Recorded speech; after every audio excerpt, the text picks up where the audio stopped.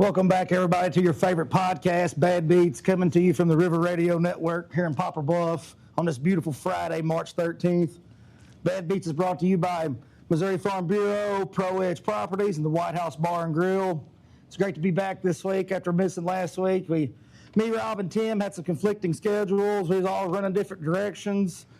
As always, I'm your host, Colton Vansel, and joining me today is a man of wealth and taste. I don't know about all that. He's a former Westwood Hills Club champion, former Ozark Ridge Club champion, a two-time Calcutta champion, honored guest of Augusta National Golf Club, an Arkansas Razorback fanatic and alum, and my dear friend, Zach Stricker. Thank you, dude. Wow. Man, I'm so glad you're here today. Wow, what an opening. Holy cow.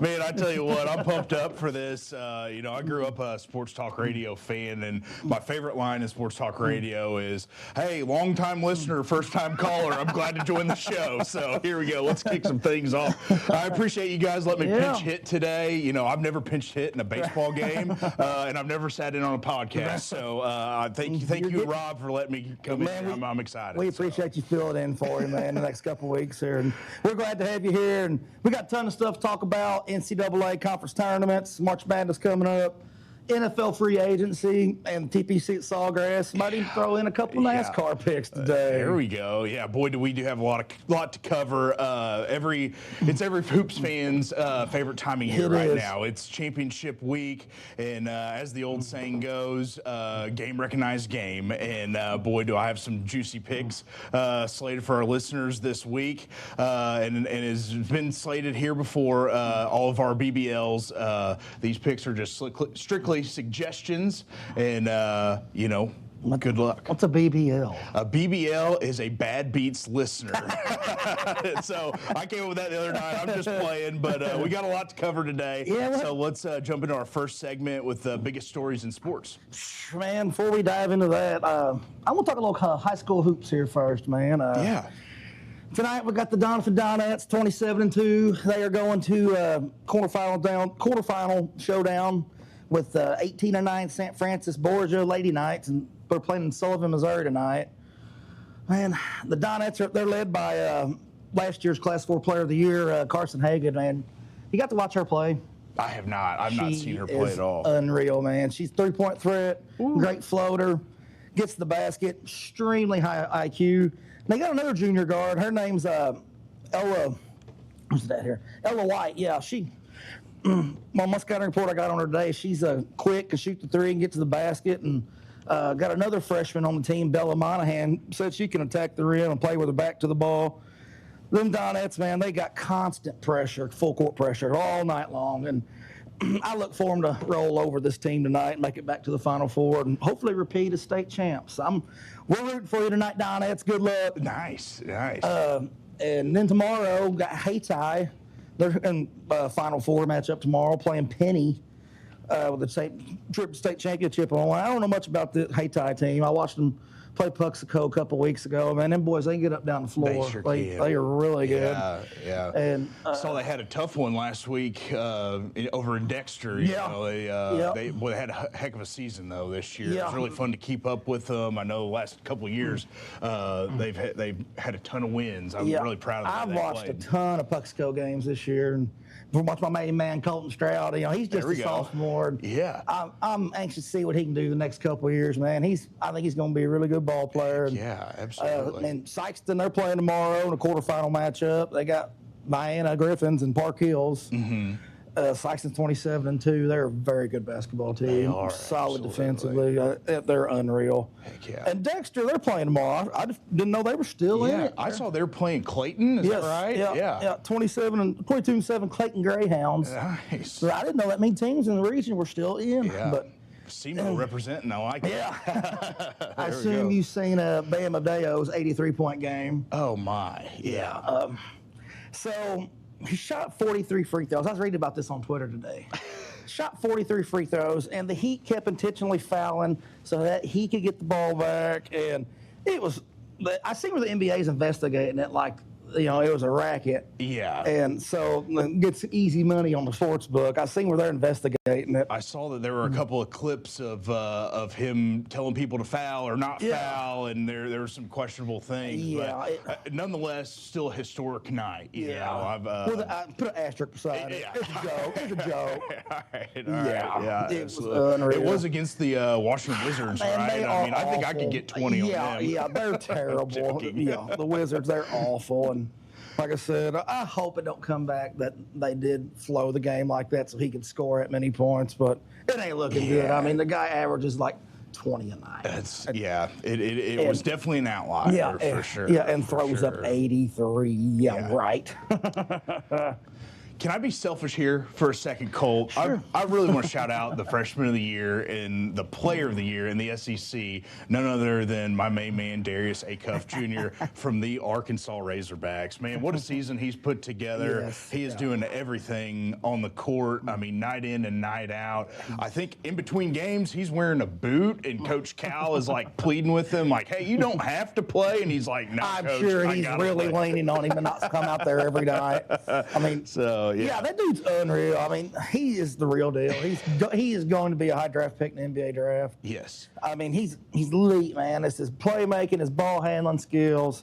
He's a tough guard. He's a tough assignment for somebody every night, man. He shoots the ball too. He gets to the rack. Exactly. You're exactly right. He is a great player.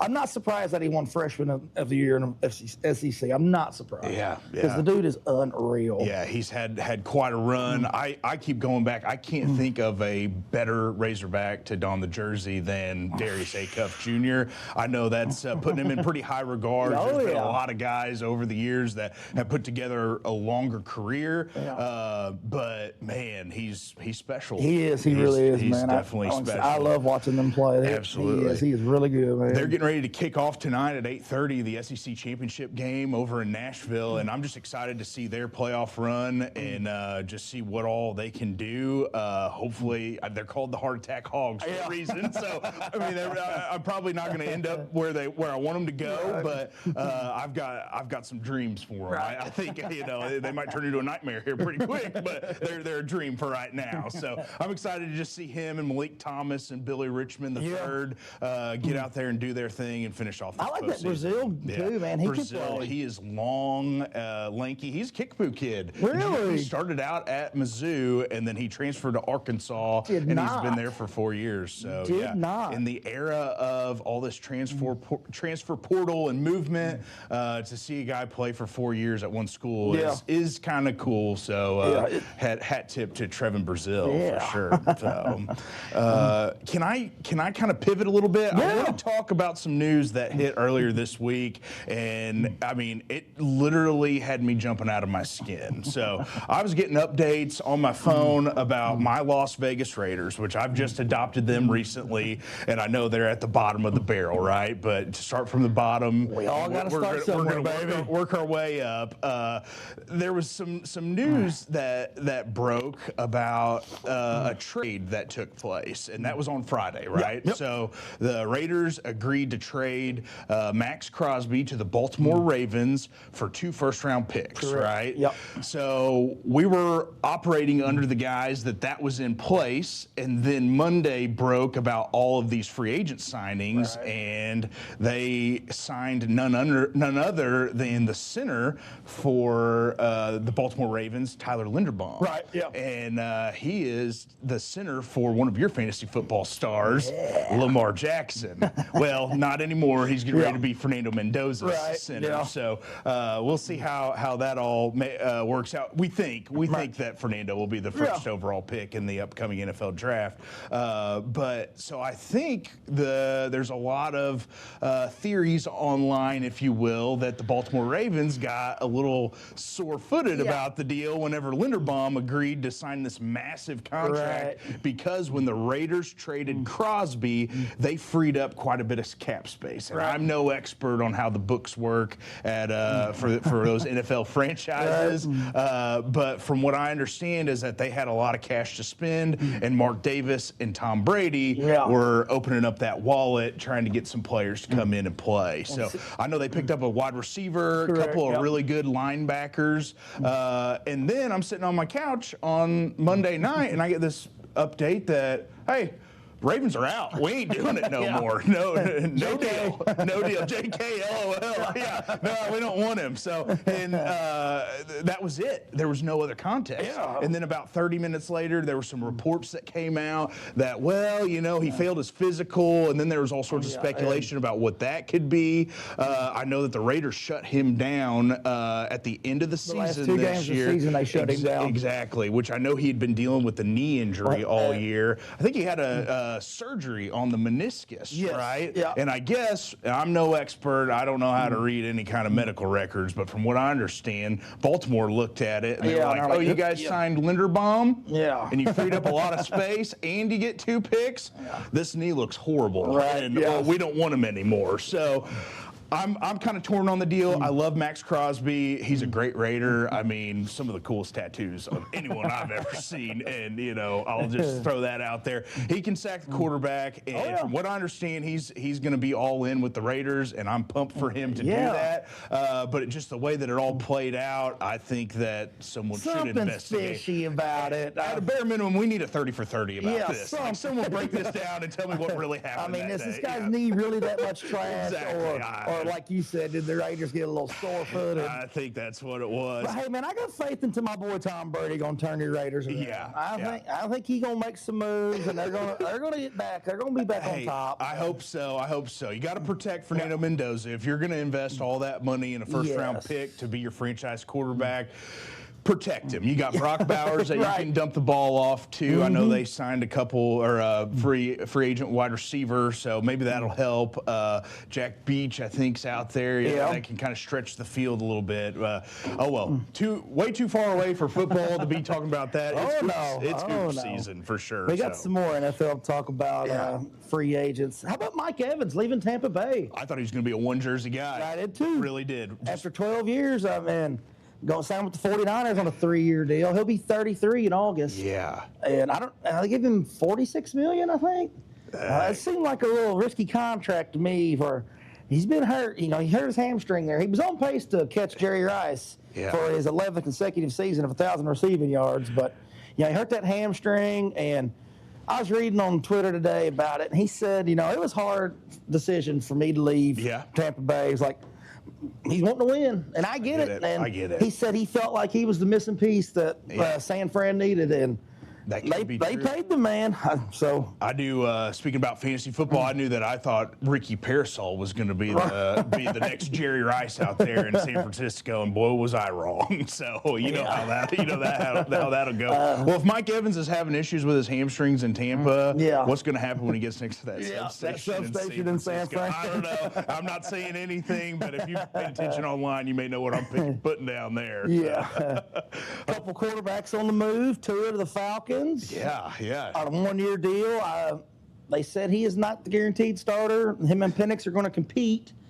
But Penix coming off that ACL tear, I don't know if he's going to be ready for the season. That's what I understand. I was reading about that. And from what I think you had mentioned earlier offline, we were talking, and I didn't realize how cheap they got Tua. Yeah, what was $1 million, I think. 1.6. And what did Gardner Minshew with the Cardinals? Wasn't it just drastically higher? Yes, it was. And and I was reading here too. I got it here. The Dolphins are on the hook for $67.5 million dead cap space for him. So they just hit the nuclear button. Yep, just like Denver did with Russell Wilson a couple years ago. Yeah, we're starting over. Hey, it worked out for Denver though. Yeah. I mean, they made it to the AFC Championship game. Yeah. So maybe if it's just not the right fit in the locker room, that it's time to just cut bait. And maybe a change of scenery will help him out. I mean, the dude, you remember coming to the national championship and won a natty for Nick Saban, Didn't Jalen Hurts get benched in that game? Yes, Is that what I remember? Yes, he was playing terrible, and they brought Tua in, and he brought him back and won. So maybe a change of scenery would be good for Tua. Maybe he can not get another concussion, and they'll make him quit. But hopefully a change of scenery would be good for him. Yeah. Kyler Murray to Minnesota. I like that. I like that trade. I think it's going to be good for him. You know, he's been stuck in miserable Arizona his entire career, running for his life. You know, he's got the best supporting cast and play caller he's probably ever had in his career. Yeah. Kevin O'Connell, I mean, he's a great coach. Exactly. I think it's going to be good for him. You know, he's good. Justin Jefferson, T.J. Hawkinson, and Jordan Addison. Yeah. To throw the ball to. And Heck yeah. I think it's going to be good for him. I think maybe he ain't a fraud after all. Yeah. Like I said, he's been stuck in Arizona. Yeah. Poor guy. Yeah, and we know J.J. McCarthy. I don't know. Yeah, will he compete for that job at all? Is he for real? Is he? I don't know. I don't know. Yeah. It'll be a fun training camp for them to see who can come out ahead, and one of them will probably end up with a C on their jersey, being the captain. Right. You know, like calling plays. So. Yeah. The Chiefs. Yeah. Made a little noise. They signed Travis Kelce, come back for another year, his 14th year. Here's what blew me away was wild. Yeah, the Chiefs stealing away Super Bowl MVP Kenneth Walker III from Seattle. Unbelievable. If you're Seattle, how you let him walk out the door? It's crazy, and he signed a monster deal, right, with a ton of guaranteed money for a running back. If you're Seattle, here's your check. Yeah. Yeah, just fill it out however you want, bud. Yeah, they just let won him us a get Super away. Bowl. I mean, I don't know how I let him walk out the door, but that's a huge signing for Kansas City.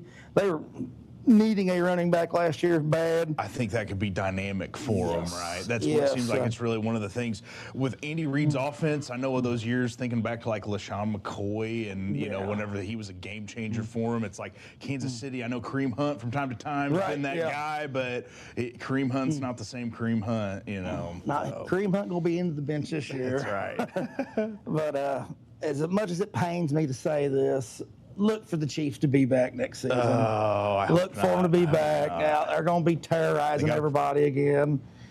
Got to play the Raiders twice. My Detroit Lions getting rid of David Montgomery. I did see that. Man, they sent him to Houston. They got Juice Suggs and 2 draft picks for him. I hated it at first because I mean, Sonic and Knuckles, man, I loved them. My running backs, man. You know, that 2-headed monster, and if you're thinking, well, here, Jameer's going to get all the running plays now. Then they go out and sign Pacheco. Yeah. That put a little sunshine in my life. Yeah, sometimes he can run it between the tackles a little bit, too, you know. Yeah, he'd be that, you know, that violent downhill brutal runner that they're needing. But I look for him to make a comeback this year. You know, he's been riddled with injuries the last 2 years. Yeah. You know, and he ain't really been the guy he was, 3 years ago, but he is 2-time Super Bowl champion. He got some experience. And I'm looking for him to have a bounce back here. I hope so anyway, for my sake. Absolutely. See them back in the playoffs for sure.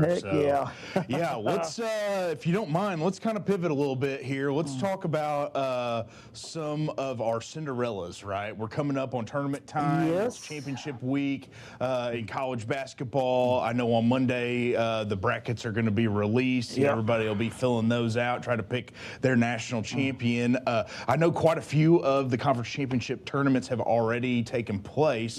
So I just want to talk about a couple of the Cinderellas that have been on my mind. A couple of those mid-major guys have already punched their ticket. I went up to St. Louis this past weekend and watched the games at the Missouri Valley Championship, the Arch Madness. I went up there with my girlfriend Christina. Hey, sweetie. So we had a fun time, and we went to the Enterprise Center, and the champions of that tournament was the Northern Iowa Panthers. So look for them to bust up somebody's bracket. I look for them to be like a 13, 14 seed, but they're going to be a tough out. You know, they were the 6th seed, the highest seed to ever win the Missouri Valley Championship tournament. But they've got a kid on their team who is a senior that won the Conference Tournament Player of the Year. He was all over the place. His name is Trey Campbell. He's number 4.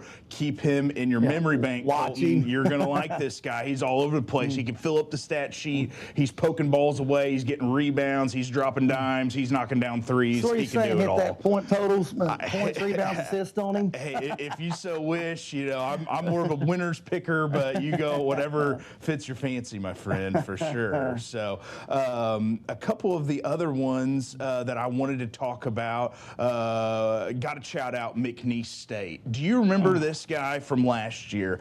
The coolest team manager in all of college basketball. His name is Amir Ora Khan. He walks walks out with the big bad boom box, and they're dancing when they're coming out of the huddle. It's absolutely hilarious. Well, he's back in action again. This is McNeese State's third straight Southland Championship, Conference Championship, and they have punched their ticket again. Look for them to be a problem come first round of the tournament. And then lastly, I don't even know if this team counts anymore, but it's, once again, the Gonzaga Bulldogs, they cut down the nets in the West Coast Conference Championship game.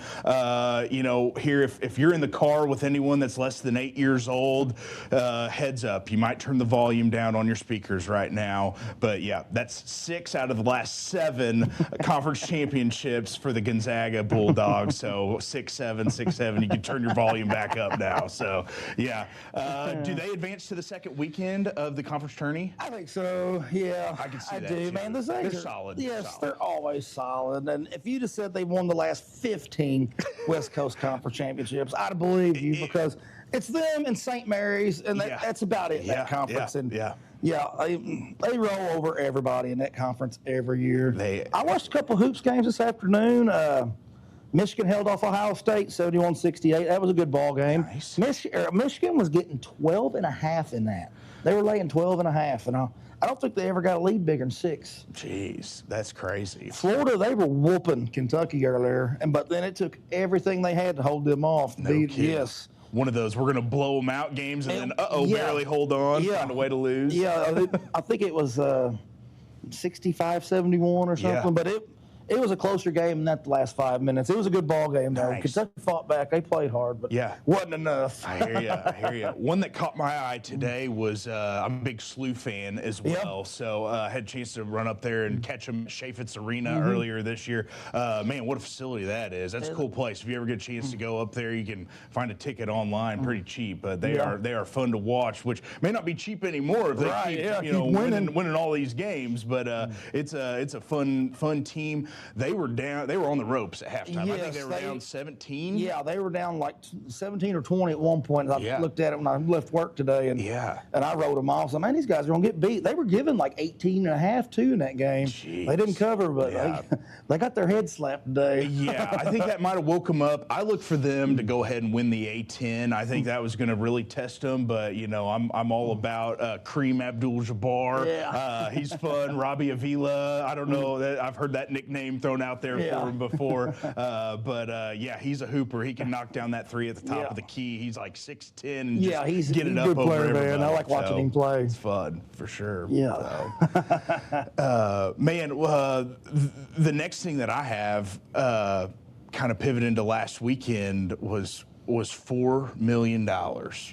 Yeah. Can you believe that? I mean, let that sink in. $4 million. Akshay Bhatia, congratulations to him. He took home the Arnold Palmer Invitational. It's held at the Bay Hill Golf Club. He beat Daniel Berger in a playoff to hoist the trophy, and I think slip on the cardigan. I never saw a picture of it, but I think they did used to have a cardigan for the champion of that. Anymore now, they're all trying to, play off of that green jacket deal. So speaking of Bay Hill Golf Club, that's right outside of Orlando. And there's someone that we both know really well that there's a rule that he lives by right now. He says that he will never fly into the Orlando airport ever again. And I think I'm going to join him on that block. He said the last time he flew in the Orlando airport, there were at least 15 crying babies on the red-eye flight from Memphis, and they were all headed to Disney World, and they were all excited when it started. By the time the plane landed, there were 15 to 20 of them just bawling their eyes out. He said, "Never again, Zach. Never again. I will get on a flight." He said, "Never again." I can get on board with that, not flying into Orlando. But hey, don't feel bad for Daniel Berger finishing second either. He got $2.2 million. Jeez. And Ludwig Oberg and Cam Young finished tied for third. They both got $1.1 million apiece. Makes me wish I took up golf when I was a kid. That's some wild number. Those guys are so good. It's just unbelievable. I'm going to jump in here to a quick recap of my picks, college basketball picks from 2 weeks ago. I had St. John's -5.5 and Zuby Ejiofor over 22.5 points. I hit both those. St. John's blew out Villanova, and Zuby had a triple-double. This one here, I had Vandy -1.5 playing Kentucky, and Vandy, that was not a good pick. Kentucky took them to the woodshed, beat them by 20. Uh-oh. Then I had Louisville -1.5 against Clemson, and the under. Well, Louisville lost by 5, 80-75. So 2-2 on the week last week there. It was a little rough, but we'll get through it. Right now, we're going to take a quick break for our sponsors. We'll be back to talk a little PGA, some college hoops, and some NASCAR over the weekend. I'm Kenny Johnson with ProEdge Properties, a local real estate investment company specializing in commercial and residential rentals. We buy properties in all conditions, the good, the bad, the ugly. Call us today if you're looking to sell or find a clean, affordable place to rent. 573-718-7810. Formerly members only, now welcoming everyone. The White House Bar and Grill in Poplar Bluff is your new neighborhood dive bar, serving cold beer, a full selection of spirits, and a laid-back, intimate atmosphere. Great drinks, good company, and a seat waiting just for you. Talk with Keith Parker, your local insurance agent at Missouri Farm Bureau Insurance. Whether it's auto, home, life, or business coverage, he's here to help you achieve your goals. Trust Keith Parker and the long-standing reputation of Missouri Farm Bureau Insurance for all your protection needs. Welcome back, everybody, to the Bad Beats Podcast. Now we're going to jump into a little PGA Tour talk over the weekend. It's making a stop there at Ponte Verde Beach, Florida for the Players' Championship at the TPC Sawgrass. Two-time champion and TP Sawgrass at TPC is Scotty Scheffler. He's the early favorite to win it, plus 425. Last year's champ, Rory, he's in at plus 630. Who you like in this tournament? Yeah, I didn't have to think about this one very long, Cole. You know, whenever I was watching the Arnold Palmer wrap-up last weekend, I noticed that sweet tempo of my favorite Swede, that Ludwig Åberg. This guy, he finished third last week. I look for him to stay sharp and break through this week. I really do. It might be a little bit early for him, but I have a feeling that this is going to be a huge 2026 for him. And, you know, he kind of looks like that guy on the trophy, right? A little bit. I mean, he's like a statue, basically. So it's got to be a good fit. Are you familiar with Ludwig's game? Yeah, a little bit. Did he bust us up in Ryder Cup the last couple of years? Yeah. He was part of the team that embarrassed us over in Italy, and it wasn't a whole lot better earlier this year in New York. He's got a 4-4-0 record in the Ryder Cup. Yeah. He's been on 2 winning teams, and he's been a problem for the U.S. for quite some time. Heck, he's going to be a problem for forever. Yeah. Every time I bet on Åberg and Cam Young, I always lay an egg. Yeah. So why not stay with what I know? And I'm gonna take Cam Young this week plus 480. I actually pulled this leaderboard up during break, and Åberg is actually in the lead with 11 under through 13 right now. Solid pick, my friend. Nice. Xander Schauffele, he's in second at 10. He's finished for the day. And Cam Young's in third at -9. And Corey Connors, Canadian, he's in fourth at 8 under. He's done for the day, too. But, yeah, I just looked at this a few minutes ago. Nice. Åberg, he was 11 under through 13. Yeah, solid pick there, my friend. Well, we'll see. I just try to pick some winners. Who knows? So, one thought that I had about this weekend at the Players' Championship is Brooks Koepka. I look for him to break out and have a pretty strong finish this week. It didn't take long for him once he got back over to Florida. Whenever they had the first stop at the Florida swing, he finished in the top 10. He got on that Bermuda grass and he felt right back at home. He got close to Jupiter, Florida, and it was time to play some real ball. And enough of these West Coast stops and out there in Arizona. It's we're back on that Bermuda grass, something that I personally cannot stand. I tell you what, that Bermuda grass as a golfer, if I got a chip, if I decel into the grain, I'll flub it so quick. I mean, to put it in perspective, if I have a chip on Bermuda grass, I will flub it quicker than you can drink a beer. You're talking real quick. Real quick, yeah. Well, we got a huge Friday night, Saturday college hoops. Any particular games or lines you like that stick out to you? Yeah, as I kind of mentioned earlier, I really like SLU to win the conference tournament in the A10. So they won today. Well, I thought that was the championship game today. No. I think that theirs wraps up on Saturday. Tomorrow, I believe so. Probably I think their game is tomorrow. I need to check the time on that. I got kind of distracted, kind of keeping my eye more on the Big Five or whatever, the Big 12 SEC and the Big Ten. I'm just going to pick a couple of winners in those conference championships, just kind of going with my gut here just to see if they might be able to win the game. As a homer Arkansas fan, I got to go with them, see if they can pull it off. I'll be rooting them on, watching every second of every game. And then I hate to go this direction, but I was watching the Big 12 tournament last night, and I think Kansas and Bill Self are going to figure out a way to win it. Man, they're night and day, man. One night they'll come out and play unreal, then the next we could go out there and hang with them. I mean, they're unreal, man. That's how they're so streaky. Yeah, a lot of it kind of hangs on that Peterson kid. I know, like at times he looks like the greatest basketball player in college basketball. And then at other times it's like he's in the way and he's messing up the tempo of the team. You know. Yeah. Well, maybe he can get his stuff right. And it looked good last night. I think that. Kansas is going to figure out a way. Bill Self, they got Houston tonight.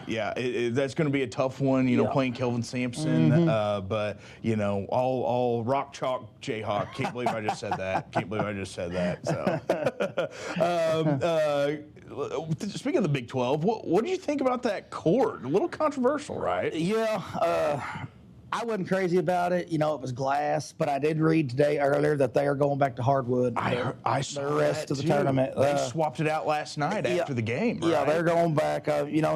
Christian Anderson, Texas Tech, he slipped last night and hurt his groin. No. Well, it was because of that floor, And they said last week in the women's tournament they were slipping and sliding on the thing. Oh, geez. So, Big 12 commissioner, Brett Yorkman, he's decided to go back to hardwood. Nice. And he met with all the coaches, and they all agreed. And they swapped that thing out. They're going back to hardwood for the semis and the championship. Yeah. A couple games I like tonight. This one will probably already be over by the time this hits the web, but I like St. John's tonight versus Seton Hall.